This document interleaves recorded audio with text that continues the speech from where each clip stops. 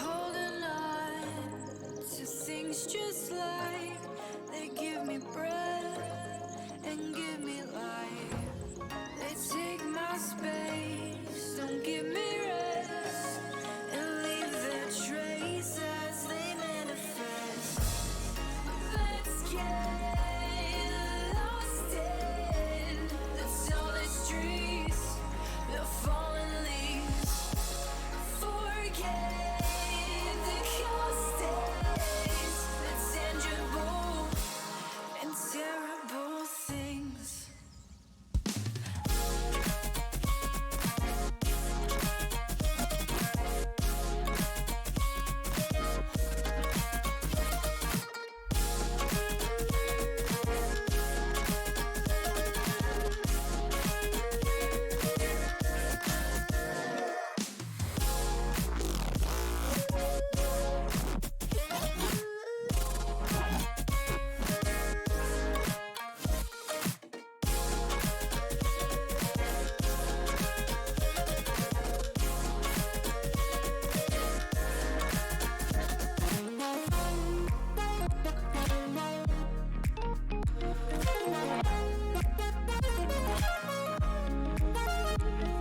Walking room to room, I see that I have nothing living left.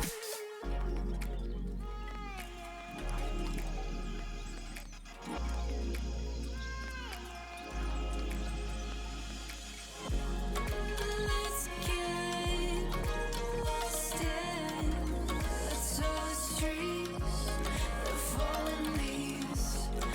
Forget the cost days, the tangible and terrible things. Let's get lost in.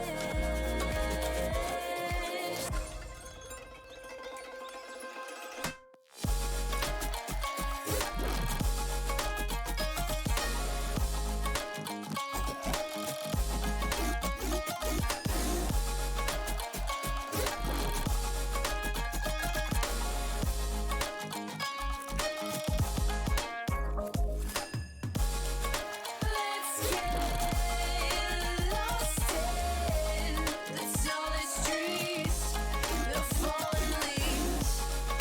Forget the cost days, the tangible and terrible things.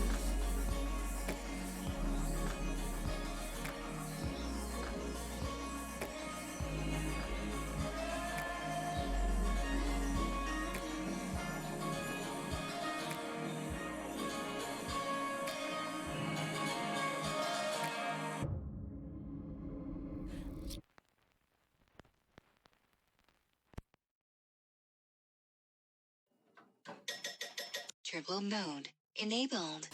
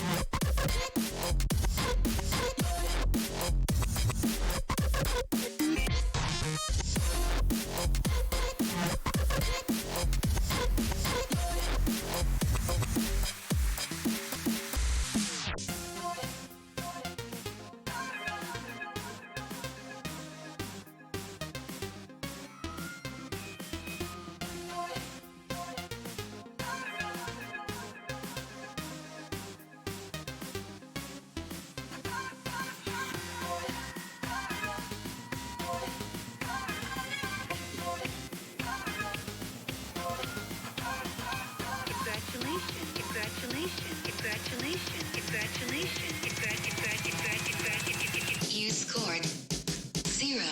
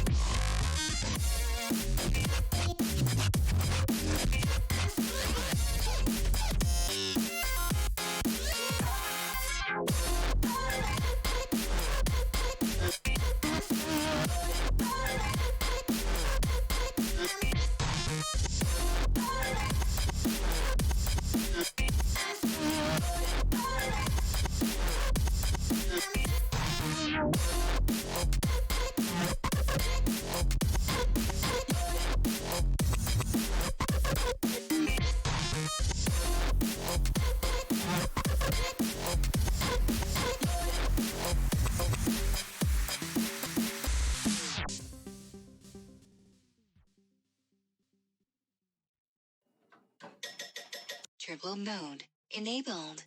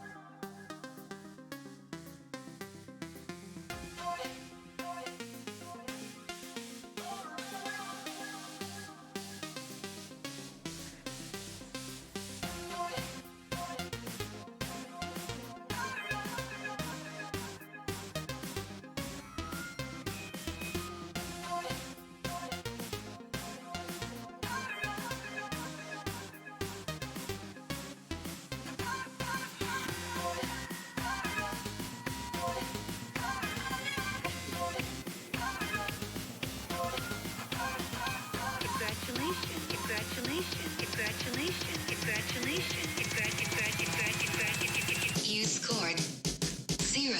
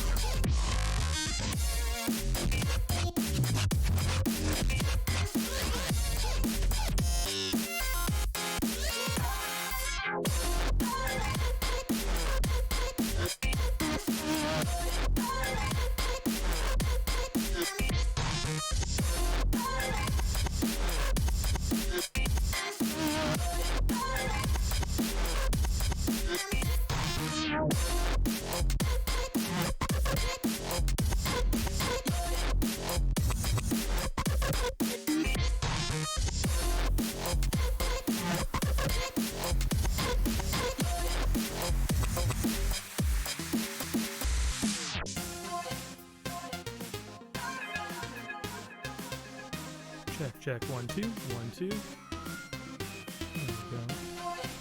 Hello everyone in chat. How are we doing today? Hello students, and hello anyone else whose names I don't recognize.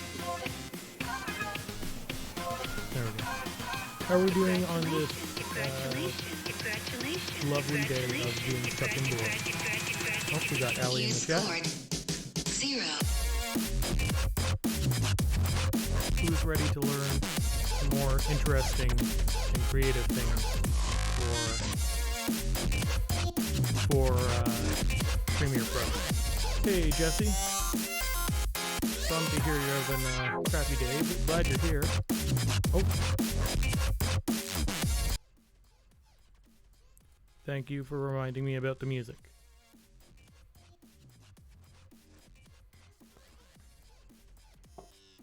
I always forget something when I'm booting everything up. Usually it's to hit record, but in this case I'm on top of that and forgot the music. How does it sound now?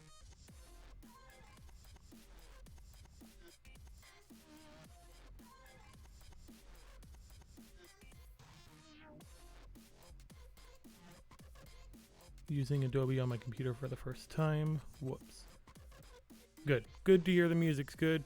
Mick, I'm hoping it works out for you. So we have we have a few people in chat. Today we are going to be learning some more creative tools that we can use. Things like masking, some different visual effects we can apply to videos. Not so much for a journalistic edit, more for a creative edit, but still. It's our last day of actual class, so might as well learn something interesting. Now, while I wait for anyone else who might be coming in a little bit late, let's go back. How is everyone doing? Jesse, you're having a crappy day, which is always a bummer. How about everyone else? Queen of Adobe crashing. Yes, very, very fair.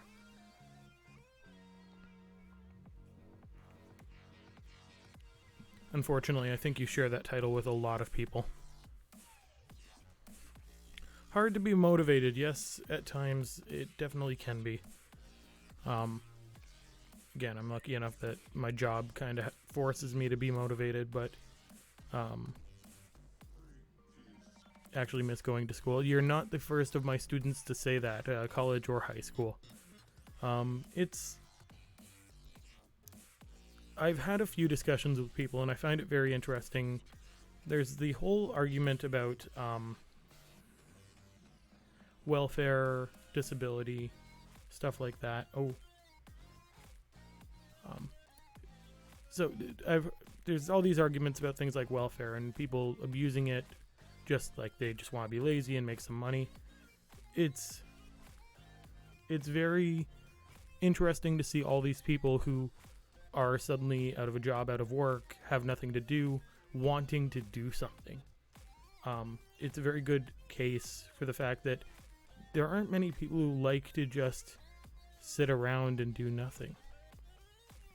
I just found out about half an hour ago Grandpa passed away, so glad I can be here. Well, I am also, very sorry for your loss. That's a tough one to go through. If you do need to tune out, it's no problem. If you need to talk, always around to talk. To answer your question, Mick, last class, I will be back regularly. Currently the plan is to keep this time bracket. So I'm planning every Wednesday at 5. I will continue to teach different creative techniques. Some of them, yes, for Premiere. Others may be for Adobe After Effects. I might do some Photoshop stuff. That's probably the stuff I'm going to do next week is Photoshop editing.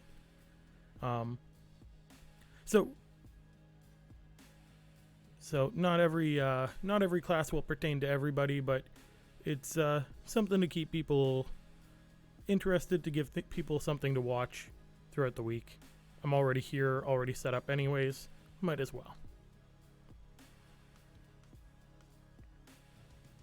So with that, been waiting a little bit. Let's switch over to Premiere.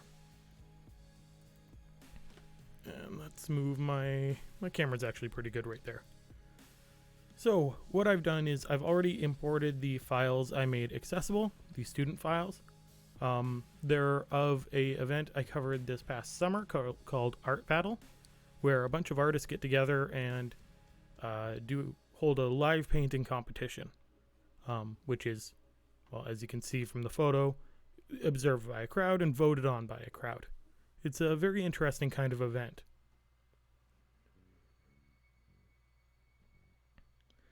Yeah, Mick, I teach social journalism fundamentals, and I'm going to keep teaching that for at least until June. I'm teaching fundamentals and then advanced. And I'm also teaching Story 1 and 2 on Thursdays. But getting back to the footage, I've already imported all this footage, and the only difference between this and whatever you yourselves would import is that, if you hadn't already noticed, the clips that I imported were actually a whole bunch of clips smashed together. And so I just made cuts on the timeline wherever these clips changed, just to make it easier to edit.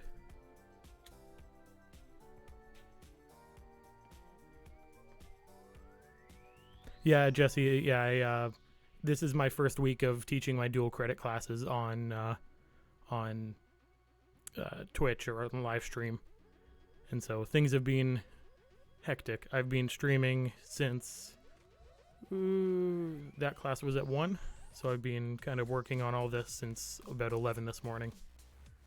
To answer your question, Allie, the email I just sent you doesn't matter if I save it to my USB. Saving to USB is fine as long as you don't suddenly rip the USB out. You run the risk of corrupting your file, but as long as it stays plugged in until you're done, you've saved, you closed, it should be fine.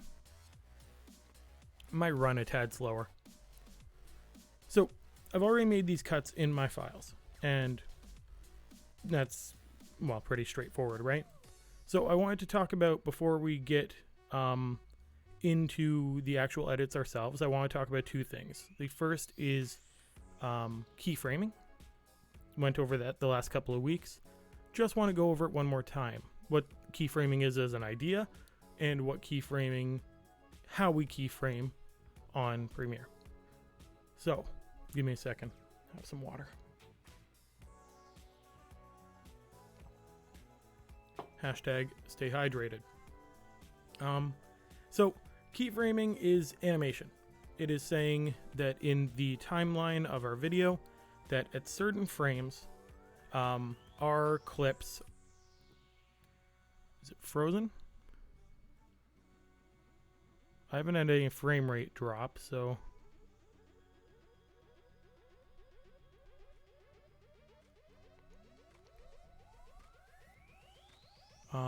Mick, you might want to refresh your computer, assuming you can hear this.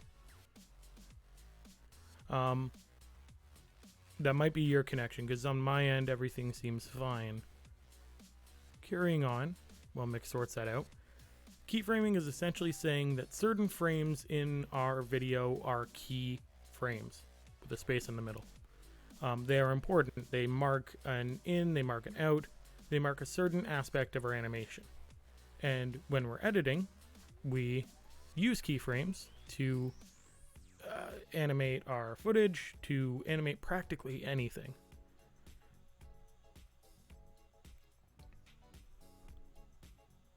So what I'm going to do real quick, there, Mick is back.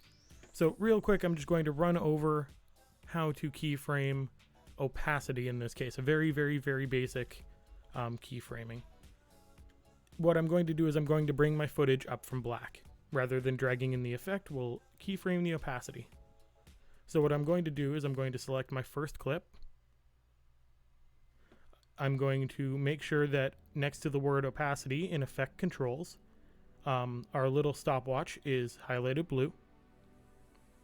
And then I'm going to type for the value 0. Next, I'm going to move further down my timeline. Let's say, just a little chunk over, about a second over. I'm going to change my value for opacity to 100.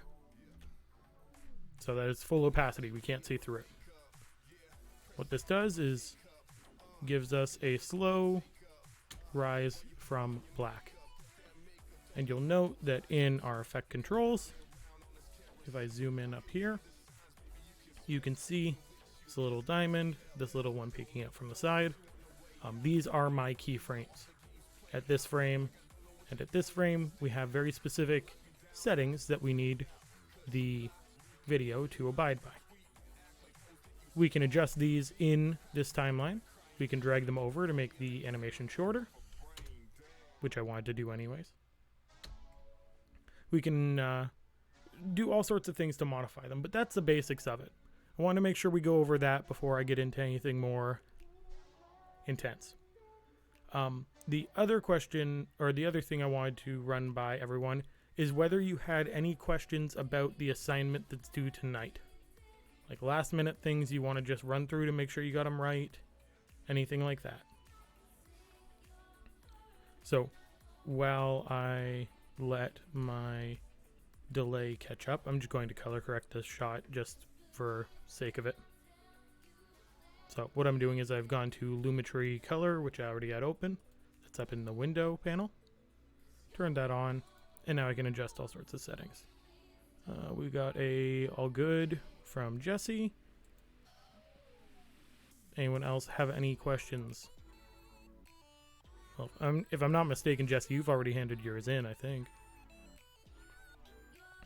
I was snooping on eLearn for a bit. I also realized I've already kind of color corrected this shot. So I've had no one shout out, so I'm going to move on to bigger and better things.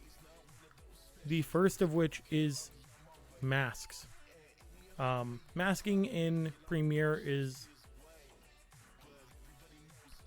yes, now I remember. Masking in Premiere is one of those other basic skills. It's a very basic ingredient that goes into a lot more complex editing. And so I wanted to go over it.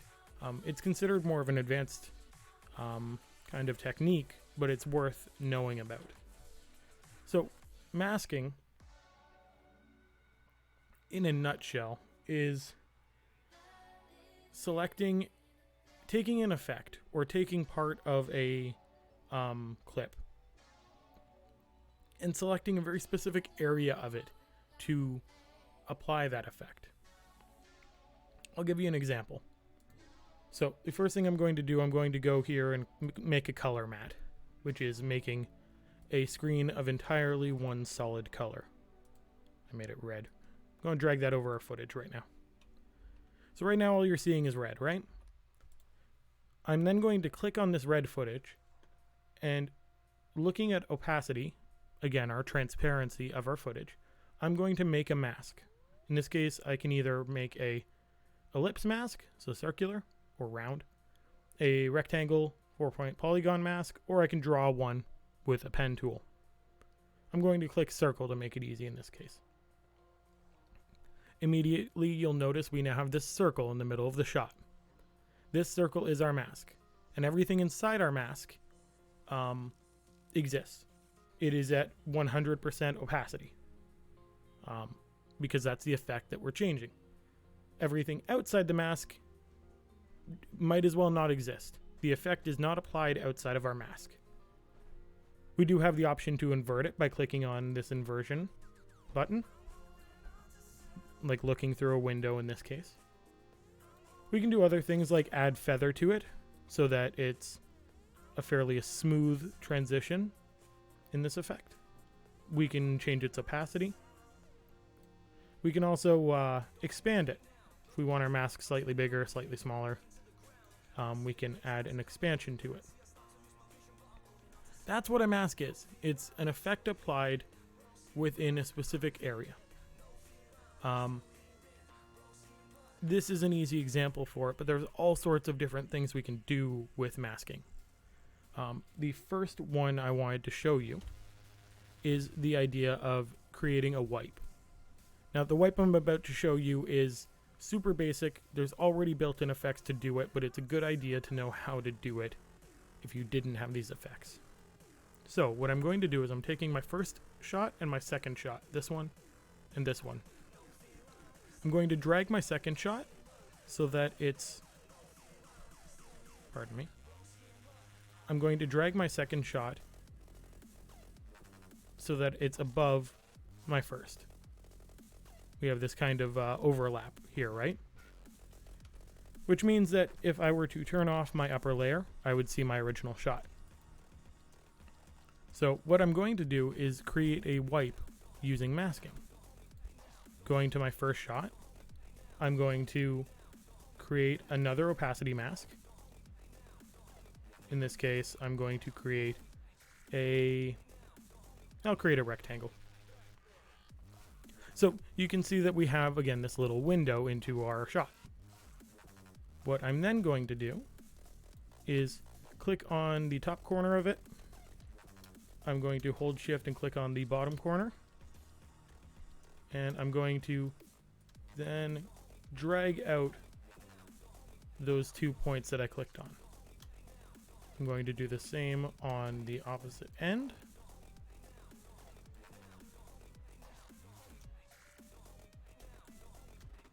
There we go. So now we have this, again, the window still exists, but it's stretched further across the screen, right? Finally, what I'm going to do is I'm going to click and drag this mask so that it's just below what's visible in our shot. I'm then going to change my fit setting, my zoom setting, to 25%. Let's see if 50 looks okay. 50 looks fine. So I've changed it to 50% just so that I can see a little bit more of my screen, what's around my clip. Good, everything I'm adjusting is in view. So now we have some options on how we could keyframe this, on how we could edit this. We know that at least while these two clips overlap, we have this one little window hidden beneath everything that lets us see the clip on the other side, the upper clip. So at the beginning of where these clips overlap, I'm going to make or start keyframing my mask's path. So I click over where it says mask path. I click the little stopwatch. So now my keyframe basically says that at this exact frame of my footage, my mask exists where it exists currently, right below everything. Then I'm going to move a bit further in to where I might kind of want to see my footage. I'm going to click that top corner, hold shift and click the other top corner. And without rotating them, I'm going to drag that all the way up so that we only see the second shot. That automatically creates a keyframe in our mask path. Essentially what we've done, if I zoom all the way out, we've stretched our mask over the lower footage. So that when we play, we have a simple wipe upward. It's not the cleanest, it's not the most beautiful transition in the world. In fact, I'm not the biggest fan of most basic wipes. They feel kind of corny, but it's still important to know what's happening here, which is that we have two keyframes, one here, or here, and the other at the beginning of our transition. And all we're animating is that mask stretching across the lower footage. We can do this at an angle. We could do this from a specific shape, which is what I'm going to show you next. But essentially this mask is revealing or turning the opacity on for this upper layer as we see it across the screen. Does anyone have any questions about this? It's not the most simple thing to explain, but it's not the most complex idea either. Again, whatever's in the mask we get to see, and in this case we're stretching the mask, so as it stretches we see more of the original shot. Man, that's a tacky wipe, but still. I'm not seeing any questions pop up yet, so I'm going to move on to a more complex option. What we can do now Actually, this is a good opportunity right here. So, we can mask with all sorts of things. It doesn't just have to be the opacity settings on a normal piece of footage. We can do it with graphics. We can mask all sorts of other effects. In this case, I'm still sticking with opacity, but I'm working in a graphics layer. So what I'm going to do is going up to Essential Graphics, which if it's not open on your screen, is up in the Window tab. Up in Essential Graphics, I'm going to click on that new Post-it note icon and create an ellipse. The first thing I'm going to do with this ellipse, I'm hoping it appears on screen well for you guys, is there's this little circle here. It's like a little crosshair. When you hover over it, you get this icon, these 4 arrows in a white box. I'm going to click and drag my ellipse, or that crosshair, so that it lines up with the center of my ellipse. And then I'm going to stretch my ellipse into a circle, or a circle-esque shape, and do that exactly all over again. Move that crosshair into the middle. The reason I'm moving this crosshair is called my anchor point. And this anchor point is the point from which everything animates. So, for example, if I change the scale on my circle, it now stretches from the middle. But if I move it over here, it stretches from where my anchor point is. I'm going to undo that, so we're back in the middle. I'm then going to center my ellipse, horizontally and vertically, so it's right in the middle of my screen. And I'm going to change this awful red to a, let's see, we got some nice peaches, we got a bit of blue, we got a bit of yellow here. I'm going to go for something a bit more peach. There we go. It's a bit more pink than peach, but I'll go with it. So we have this pink circle. What do we do with it now? Well, the first thing we're going to do is make sure that it's clicked up here in our top corner. We're going to press Control or Command C, Control or Command V to add another one. What this does, well, ultimately is we now have 2 circles, right? I'm going to change the color of my upper one to something more teal, seafoam, aquamarine. I'm not liking that. That's a bit dark. Let's go with that. So we have these 2 circles. Top one's blue, lower one's white, or red. Now what we're going to do is we're going to animate them over the transition in our clip, where our 2 clips meet. So I'm going to move a little bit ahead so that we're over our first clip. I'm then going to make sure that I have my lower circle, the red one in this case, selected. I'm going to make sure that I click on Toggle Animation for Scale. And I'm going to change my scale from 160 down to 0. So if I turn off my blue circle, my red one doesn't exist. My red one has disappeared. I'm then going to move right where this cut is and change this value from 0 all the way up until it completely covers the screen, so about 1150. What this does is we've now animated or keyframed our graphic to fairly quickly fill the screen with this red circle. Next, we're going to find the point at which the red circle starts changing and move over a little bit. Right about here is good. I'm going to turn back on my blue circle. Actually, I'm going to go one frame further back. There we go. I'm going to make sure my blue circle is selected and do the exact same thing. I'm going to toggle the animation on for scale by clicking on this little white icon and change the value to 0. So again, my blue circle has practically disappeared.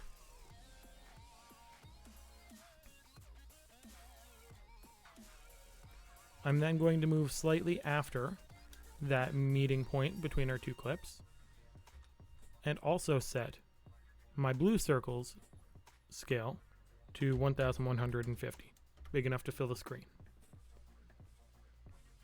Finally, what I'm going to do is move back on my timeline to where that meeting point is between our two clips, that transition point, the point we want to cover up. And I'm going to instead go over to effect controls rather than essential graphics.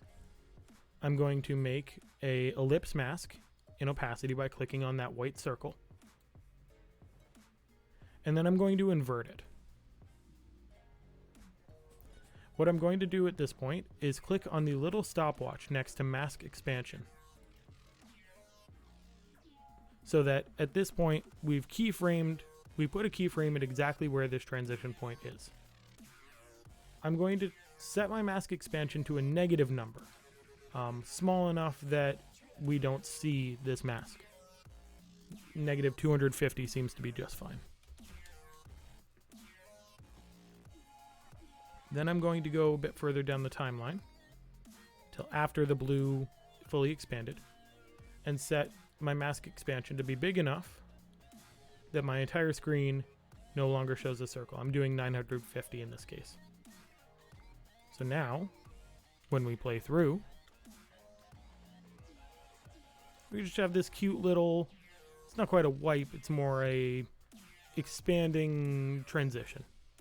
I forget who all I showed my original marketing video to, but I had an animation very similar to that in there.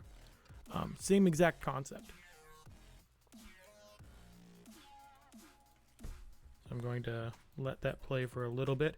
And how is everyone doing with this idea? You don't necessarily have to be exactly following along here, but is this making sense? I'm just going to keep that looping over and over. Take a sip of water at the same time.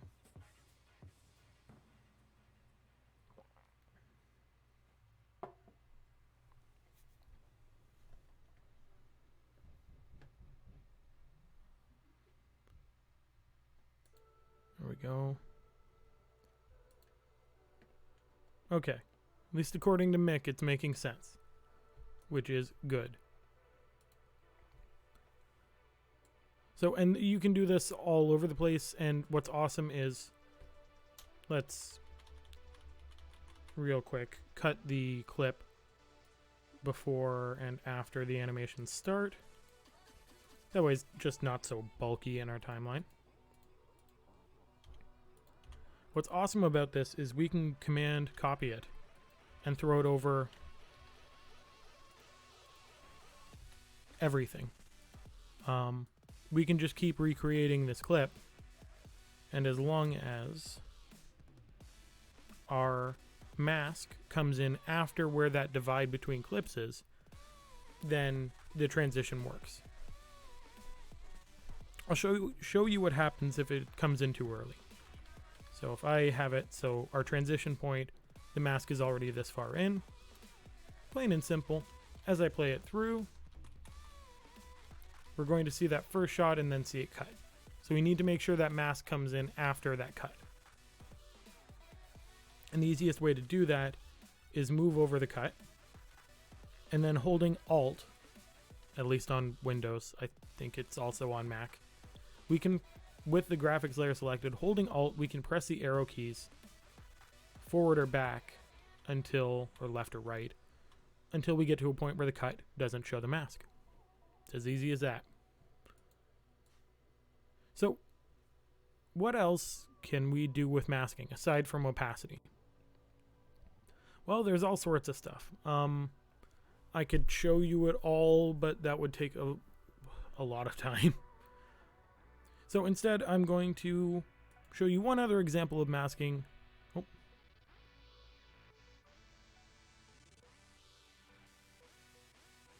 Okay, so Mick, you got my last name. You got the N and D reversed, but doing two things at once. Apologize for the side note. My video laptop. Are tiny boxes and not big like yours? So, do you mean something like that? I'll give you a second to respond.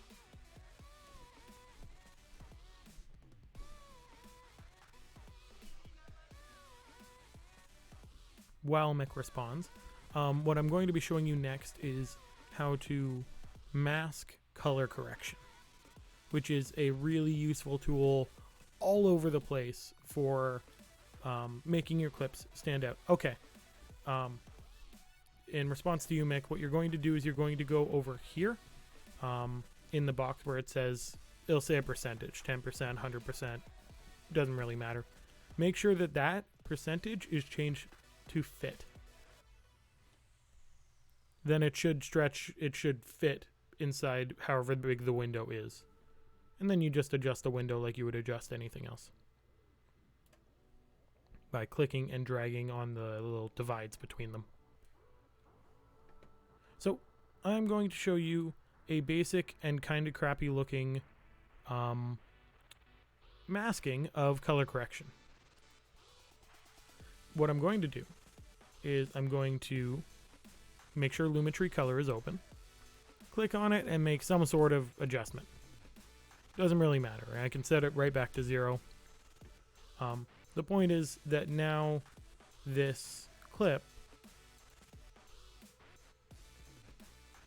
for some reason there's an opacity mask on this clip, and I'm not sure why. So what I'm going to do is get rid of it.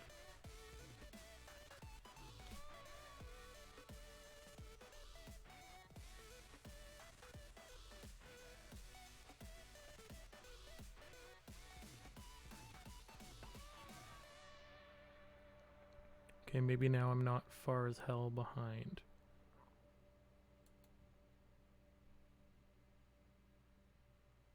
Not sure exactly what you mean by that, Jesse, but I'm hoping you're keeping up to date. So what I've done by just adjusting anything on Lumetri. Oh, the video was lagging. Well, it sounds like you're a little bit more caught up. I think my delay is something like 5 to 10 seconds, somewhere in there. So what I've done is I adjusted something in Lumetri Color, which means that the effect is now in my effect controls when I click on a clip. What this also means is I can create a mask.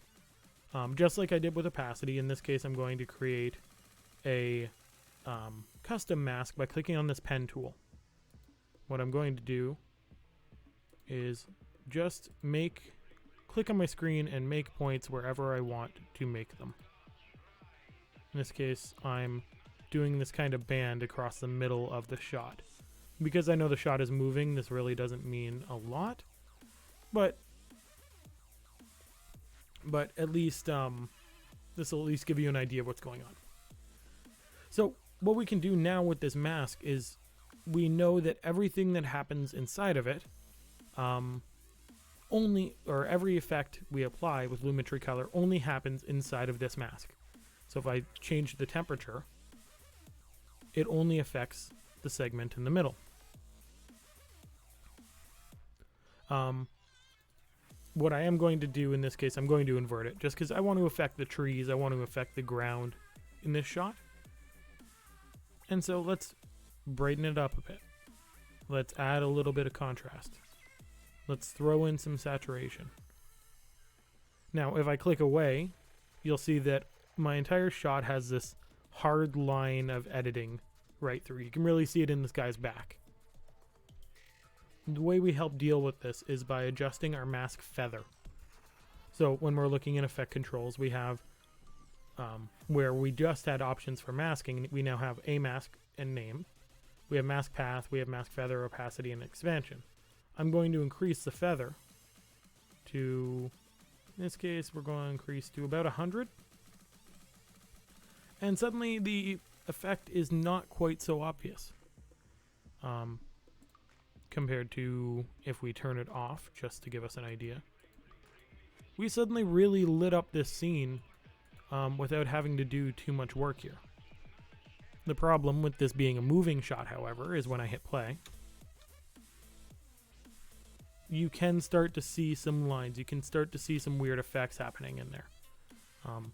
That's why we keyframe masks, is so that when something pops up that we don't want to pop up, we can keyframe it out. In this case, the shot isn't actually too bad. It's not super obvious, except for this woman's hair here. What we can do, we can apply this in all sorts of ways. If we were doing an interview, for example, we can put a mask on someone's face, just a little circular mask, to brighten up their face. And it's not obvious to the audience, but we know that that's drawing the audience's eye in. If half our footage is set under one type of light and half is set under another, we can set two different white balances to balance out and give us a pretty evenly shot scene. There's all sorts of things we can do with masking and color correction. But we can mask, again, all sorts of things. Oh, I forgot I threw an effect in there. We can mask all sorts of different things as long as it has those mask icons, the circle, the square, and the pen tool. You know you can draw a mask. It's a very, very valuable tool to experiment with. That's about all I'm going to say on that. I do have some other creative techniques that I think would benefit you guys to know, just for sake of, creativity. The first one I want to show you is called RGB, red, green, and blue splitting. Anyone who works with photography has probably heard of split toning. Same idea, but we're splitting all the different colors of a video at once. So let's find a good shot for this. There's a good one. Lots of color in this. So I'm going to take this shot, and just while I have Lumetri open, I'm just going to do some simple color correction. Yeah, the whites are white. That's much better. It's literally all I needed to do. Now, what I'm going to do is I'm going to click on that clip. I'm going to hold Alt and drag up. That gives me a second version of the clip. I'm going to do the same thing again, so that I have three identical versions of the clip. I'm then going to go into Effects, and I'm going to look up RGB. Bear with me 1 second. Under Effects, RG. There we go. RGB. Color balance RGB is the effect I want. I'm going to click and drag that so that it's on each of my clips. What this does is allows me to adjust the different values of my clip. The thing to keep in mind is that all video in its entirety is made up of those three colors, red, green, and blue. It's just different levels of each. And so, if I go into the top one, what I'm going to do is leave my red on at, in this case, 39.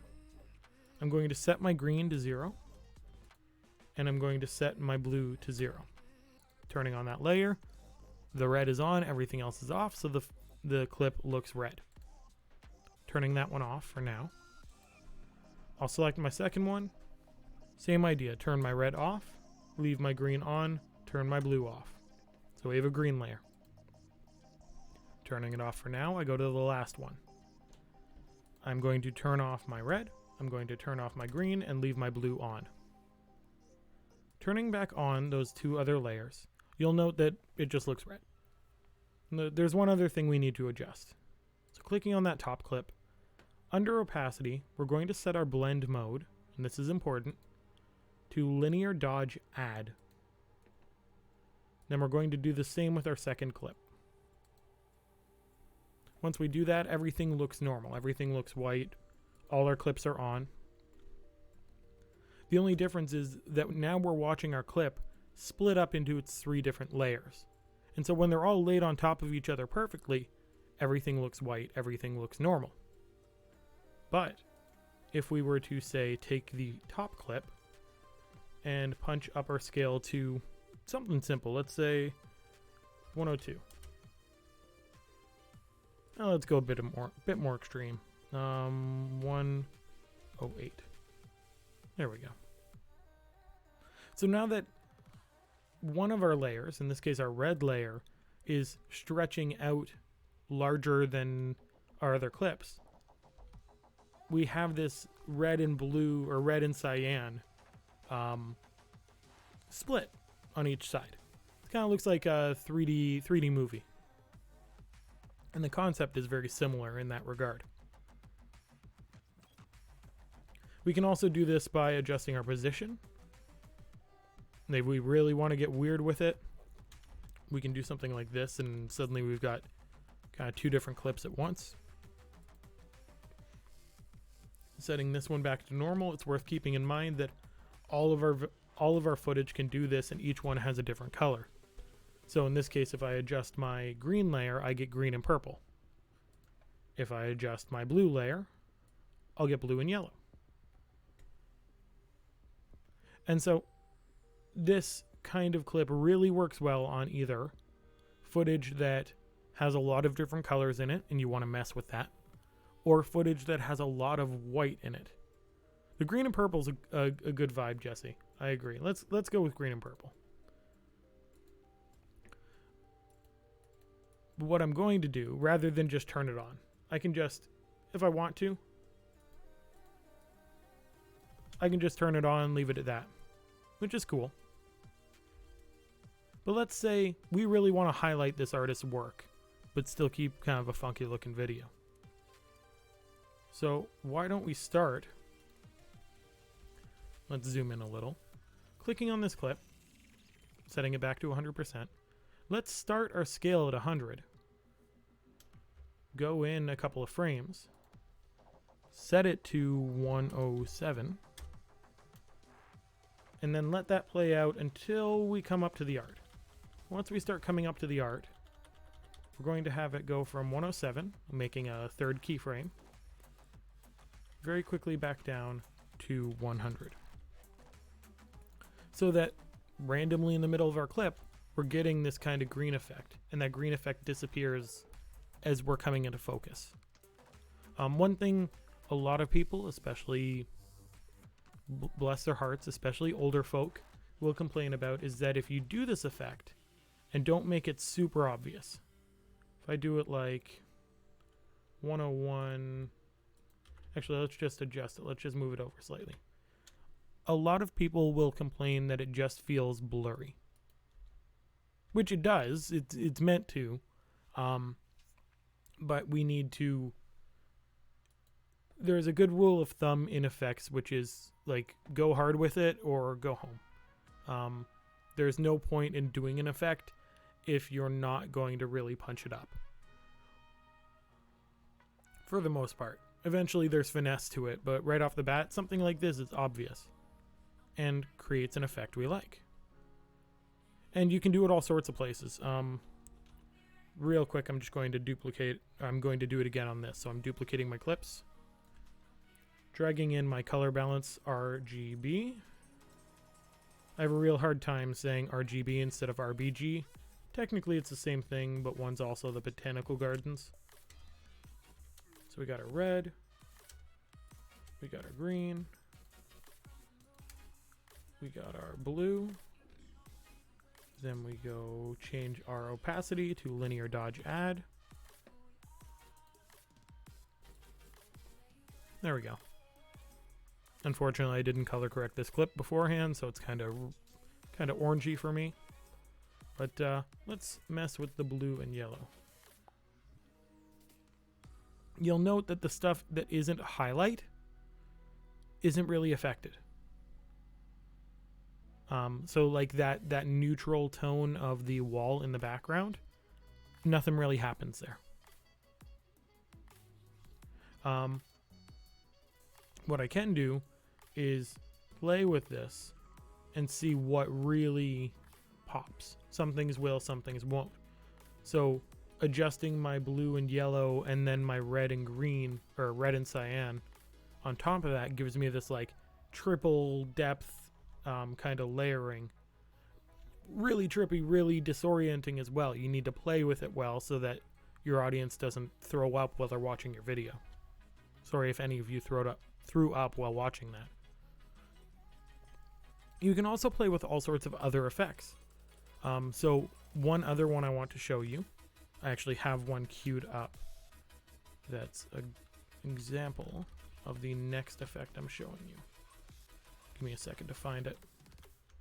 The next effect I'm showing you is the paint bucket effect. There we go. And it's got kind of this, to me it's got kind of this hip-hop music video sort of vibe. But layered with something like that split toning, this can really pop. So essentially all this clip is doing is taking a very thin threshold of exposure, like our Luma scopes. It's taking a very thin threshold of that, highlighting it all, and surrounding the edges of it with this thin white stroke. And I'm going to show you how to do this. Because at the end of the day, if I take this effect, see, if I throw it on, let's say this clip.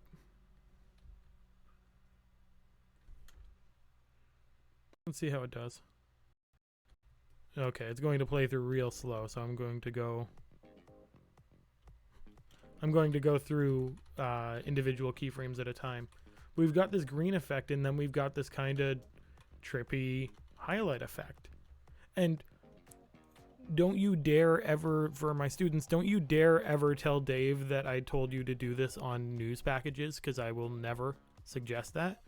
But if you're doing a music video, if you're doing a promo video, if you're doing a video for something cool like an art battle that needs to be fast-paced and kind of graffiti, hip-hop, edgy, this is a really good way to accomplish that. So I'm going to hit in, hit out, quick render that into out so it plays in real time. We can take a look at it. Trippy, making me want to do shrooms. Fair enough. You do you. I don't condone any of that. Look at that. Let me loop it. So not only is our do we have these white lines, but when I bring up some other color in our split toning near the end, our white lines start to turn into these blue lines. Not something I accounted for, but definitely something that kind of fits this aesthetic. So here's how we use this paint bucket tool. Let me find a good clip. You know what? I'm going to see what it does with this. It may do something great. It may do something terrible. That's kind of how these effects work sometimes. So simply put, I'm going in effects and I'm going to look up paint bucket, which is under the generate tab. I'll click and drag, throw that on my clip. So immediately you may have noticed things started turning more red. Since we've got all this red on screen, let's go with this kind of minty green cyan kind of vibe. I'm actually going to go a tad darker though. There we go. So not the ideal clip as we're playing this through. It's just kind of a weird overlay, weird flash. So what do we do with this? Well, there's a few things we can adjust. We can adjust the fill point and the fill selector. Not really our concern right now, at least for this effect. We can adjust our tolerance. So if we bring it down, it's going to grab less. If we bring it up, it grabs more. So I'm going to bring our tolerance down a little bit to like 35. Again, this is really just playing around and seeing what works and what doesn't. Yeah, and see if I view the threshold, this is kind of what it's playing with. All this white. We have different strokes, so we have anti-alias, feathering, It's called a spread stroke. We have a choke. I like stroke. Stroke does that outlining kind of thing, and in fact, I like it enough in white. I'm going to leave it in white. Look at that. So we could invert it as well, just like we do with a mask, so that the only thing that shows is what is being grabbed. So if I took it away from stroke, let's clear that in and out. There we go. If I took it off stroke and set it to normal, we only see those segments that it's grabbing, right? I'm going to not invert it. I'm going to set it to stroke. And I'm also going to increase the stroke width to like 5. Finally, I'm going to change my blending mode. What does stencil? Oh, stencil alpha does not like that. Multiply. I'm going to leave our blending mode as well. Normal. And let's bring up our tolerance again.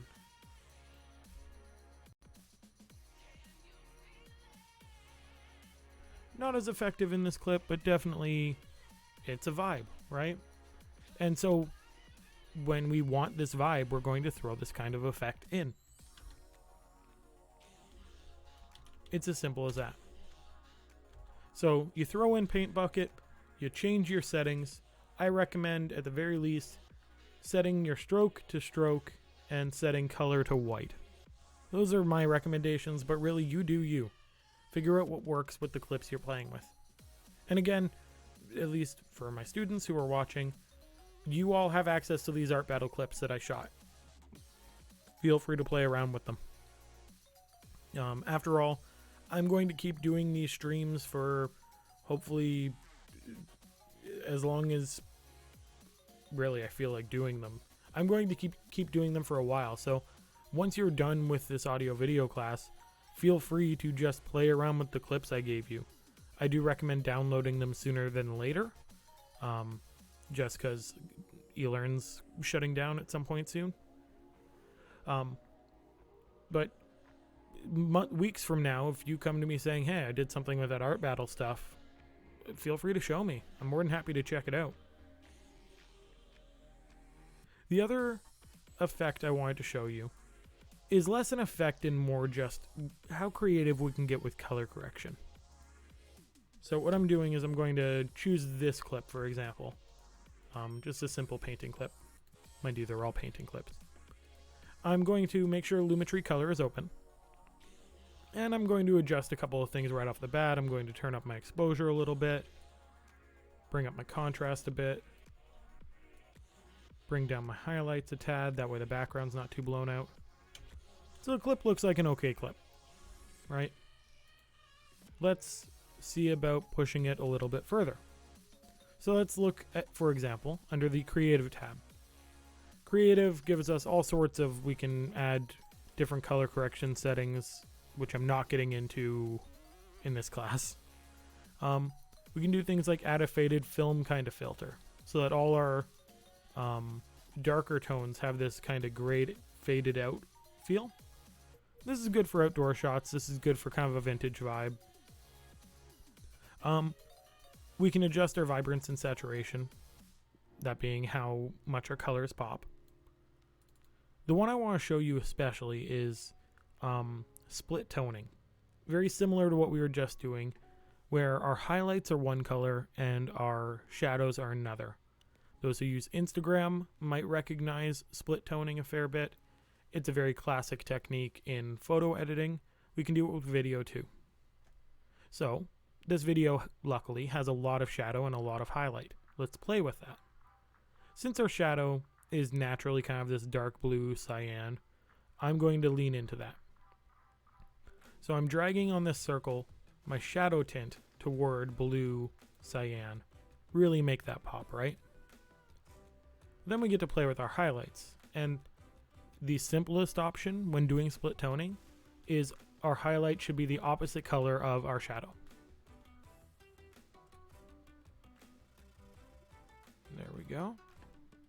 And then we can play with our balance. more orange, more blue.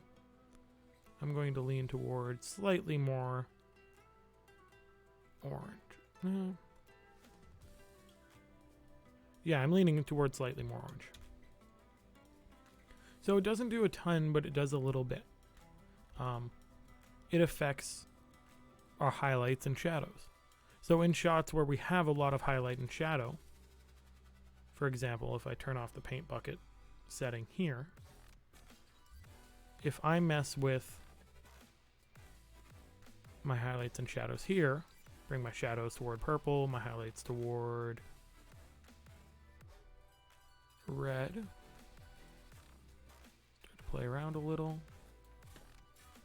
And you know what? Let's bump up the contrast just because we can.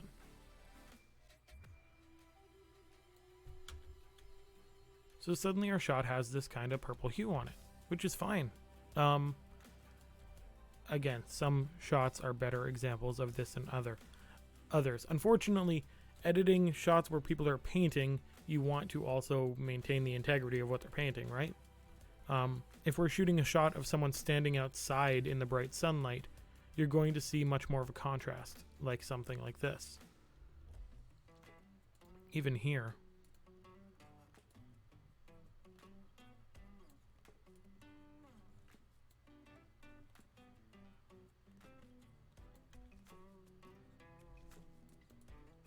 There we go. We've got a bit of split toning going on there. It's not the easiest thing to get used to, to really perfect it, but that's one real easy way of adjusting our shot in a more creative way. We can also use what's called, not HSL, where'd it go? Color wheels. Color wheels allow us to do the exact same thing, except instead of highlights and shadows, we have shadows, midtones, and highlights. And not only can we adjust the colors on them, we can also adjust the exposure of them. So our midtones higher, our highlights, I'll lean into this green thing that I accidentally did. Bring our highlights down, bring our shadows up, and throw a bit of pink in there. And then suddenly, there we go. This is more split toning, classic. So we've got all our shadows in here, these deep like purple magenta, and then we have this contrasting yellowy green, which is not my favorite, but it works. And then everything that meets in the middle kind of is a combination of the two. It has this more natural, similar with when we split tone here. How when everything's combined, we have the normal color, the normal white. Same idea. That when our highlights and our shadows meet, we have what is a relatively normal color. So those are my big three kind of creative edits you guys can really start playing with. Also vignette, because vignette's fun. First of all, let me switch back to my cam for now. There we go. So the first question is, do you want me to go over any of that again? I am going to be posting tutorials, but I'm more than happy to at the moment. The second is that I do have classes, or I'm going to be doing more of these streams as things go on. And so I want to know, what do you want to learn? What do you want to see done? I can't promise I'll do, I'll go with your requests every week, but I can say that I'll try my best to accommodate them. So what kind of things are you hoping to learn? I'll let that catch up with chat as I take a sip of water.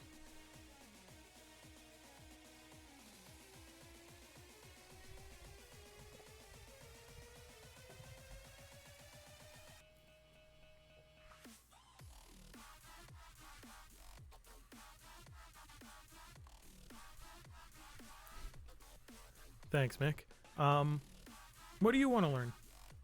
I can say that at least at the moment, as far as class goes, I am tentatively slated to teach advanced audio video editing come next year. So there will be more opportunity to learn anyways, knock on wood. But I need to fill the time in between, right?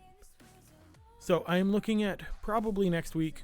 Sorry, my headphone was hurting in my ear. Probably next week I'm going to do some photo editing, mostly because I have a buttload of photos sitting in the wings waiting to be edited over the last year. So might as well get started on that. I'll teach a bit about high dynamic range editing, HDR. I'll teach basics of color correction, that sort of thing, the difference in different file types. And also these streams going forward, at least the editing streams at 5 o'clock, will very much be, I'll be doing the editing and just kind of chatting with whoever is in chat. I'm not necessarily going to hold a specific lesson. I might just edit some photos and chat with whoever's around.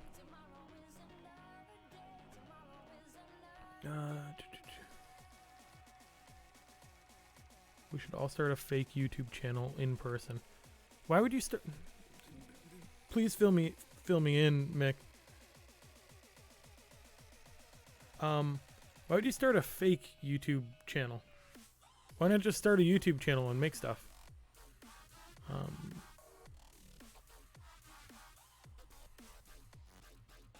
Stepdad was apparently talking to a Mohawk teacher on Thursday who said that supposedly the summer semester is canceled. Doesn't say anything about that on the Mohawk website. I'm not aware of any of that. I would honestly suggest just email Dave. He'll give you a straight answer, as much as anyone else will. But yeah, I'm not aware of any news on that front.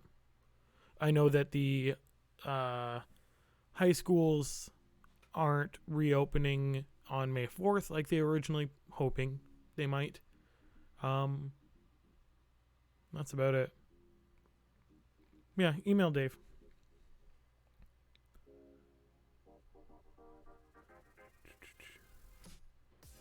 So Mick, you didn't answer my question. Why a fake YouTube channel? Or what's the difference between a fake YouTube channel and a real one?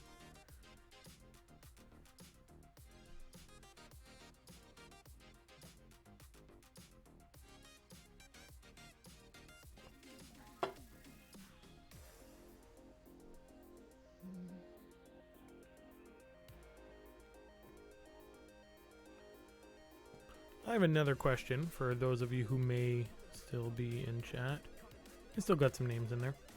I was asking my students earlier in social journalism fundamentals, what are some particularly big examples of misinformation you've run across with COVID-19? I asked on Facebook the other day, and a big one was like the whole 5G causing everything conspiracy theory.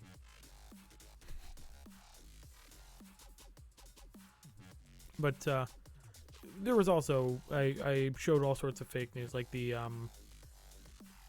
there was the McDonald's on Upper James early on that oh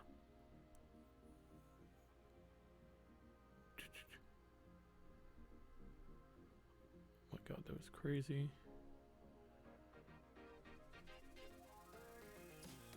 Laws behind being with people. You mean like the social distancing rules? I ran into an issue with that. Yes, the McDonald's, yeah, it was someone forging a doctor's note. From what I understand, and this is an alleged statement as I have not confirmed it, she's allegedly being sued by the store for doing that because of all the different things that had to happen to clean it up and people taking time off and all of that. Lost revenue. Yeah, the laws behind social distancing and especially the quarantine, the self-isolation for people who do in fact or are suspected to have COVID-19. That one was an interesting one because I actually, while I was on a walk around my place, ran into a man, or wound up walking a little ways behind a man who was out and actively coughing and throwing up. And I can't say he had COVID. I can't say for sure. But I called telehealth just to see, like, hey, what's the protocol here? How should I deal with this? Or do I just keep moving? And during that, he started following me, wound up following me home. I left it be at that point. People keep telling me I can't be in a car with someone who doesn't live with me and stuff like that.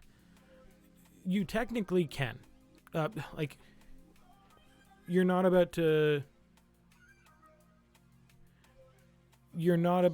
get pulled over for it, although allegedly someone was pulled over, or a group was pulled over.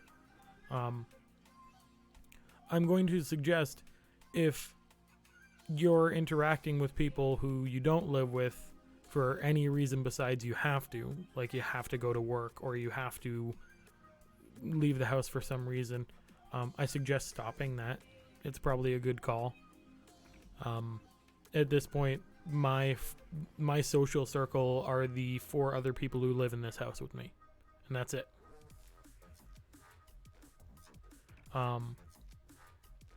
Technically, with all spaces, you're not supposed to be with more than 4 people, but at the same time, you're not supposed to go out. But see, that's the thing. You're not supposed to go out unless it's necessary, but you are allowed to go out within reason. Like, I go for walks practically every day. When I don't go for a walk, I go out into the park in front of my house with my sister and her boyfriend, and we play catch. And if the bylaw officer came by and was like, "You 3, what are you doing?" I could say, "We live 60 meters that way at that house. We all live together, and it'd be fine." There are families who go out in larger groups for walks or for whatever, who've gotten in trouble. And they're wanting people to only go out once a week. I also go out for walks a few times a week other than going to work. Yeah, like, at the end of the day, it's how reasonable are you being? If you're being careful, you're staying away from other people, and if you're just wandering through your neighborhood yourself, you're probably fine. No bylaw officer is going to be like, "Hey, you, here's $7.50 and a ticket." Yes, I did hear about the family. I think that was the Oakville family. They got like $800 fine.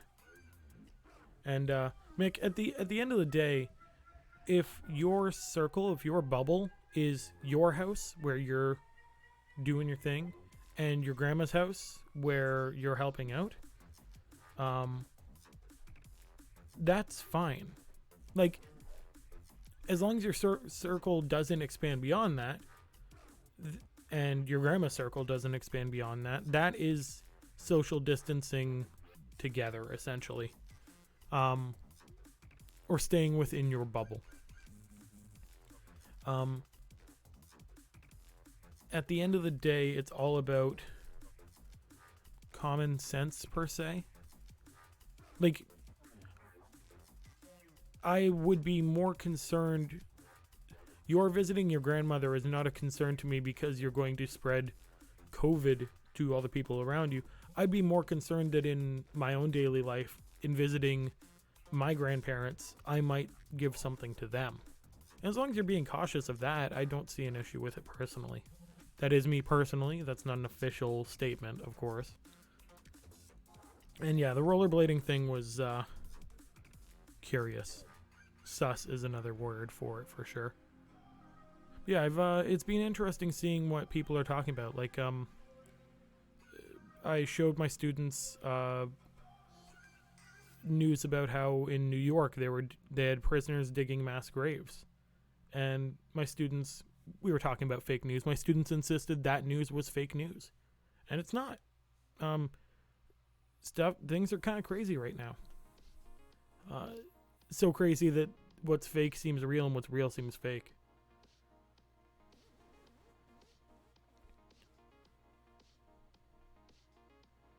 Yeah. I live I live nearby the Stony Creek mountain care home that had an outbreak a while ago. I'm honestly not sure where their numbers are at right now, but there were a few deaths. It's tough. One of my old friends from high school, his grandfather also just passed away a couple days ago. It's tough. Well, yeah, cutting all the funding to WHO. That was a loadable. The propaganda video that he put out for the press was insane. Him saying that he has absolute authority over the states is insane. Honestly, whatever's coming out of the United States is crazy. There's a good bet that the relief checks that they're giving out, the stimulus money to people, there's a good bet they might be delayed because Donald Trump wants his signature on everyone. That's unconfirmed. It's a matter of like, will it or won't it delay things, but that is in fact true. He does in fact want his signature on all the checks. So you know where the money came from.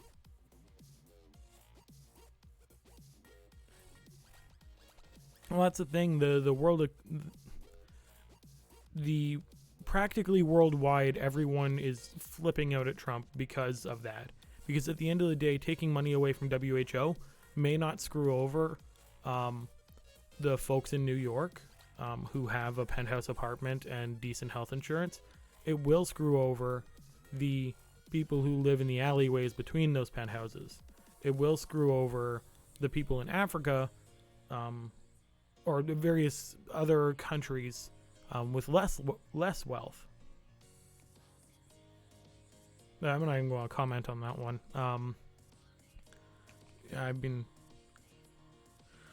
That's a thought.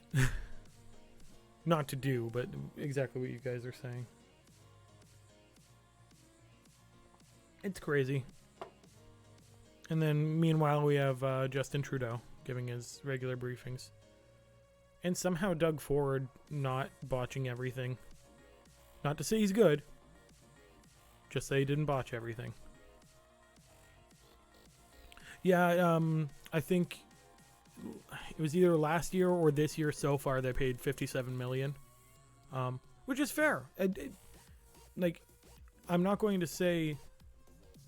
Don't get me started about speaking moistly. Or talking moistly.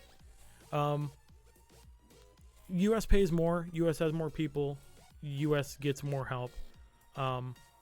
Do they pay their fair share? Do they pay too much? I don't care. Saying they don't get anything because they...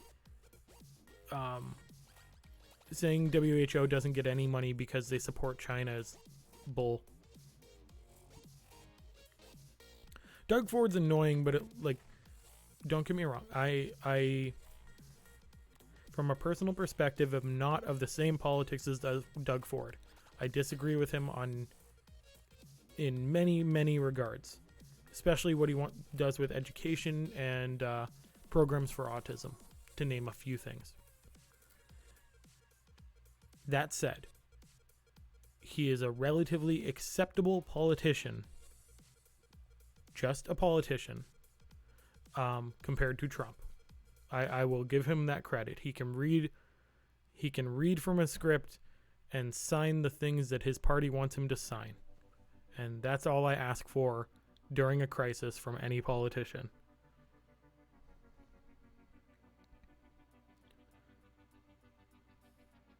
Jesse, to answer your question of why he can't just say the word moistly without the internet blowing up, it's... I'm going to refrain from answering that question. There's definitely some thirsty people out there. And then also that word is a terrible word. But on that, Doug said during his conference.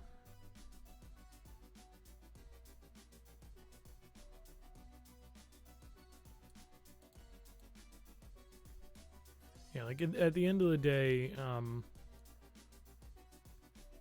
things aren't...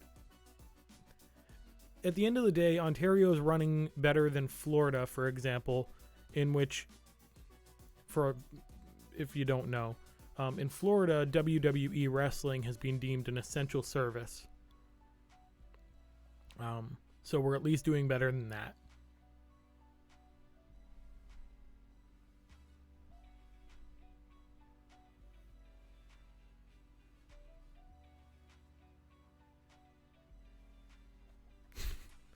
WWE is not essential. Now, luchador wrestling or underground luchador wrestling, that's essential. But spent enough time discussing about this. I'm going to turn off for the night. And very good point. Fast food isn't essential, but here I am. Yeah, it's tough. I can imagine. Or I try to imagine. But I'm going to call that stream for the night. And for anyone who does have suggestions on what they want to watch, what they want to learn about, shout out on the next stream. If you have my email, send me an email. Let me know. And those students who are online, please be sure to get your assignments handed in. Thank you very much, and that's all for now. Thanks for watching.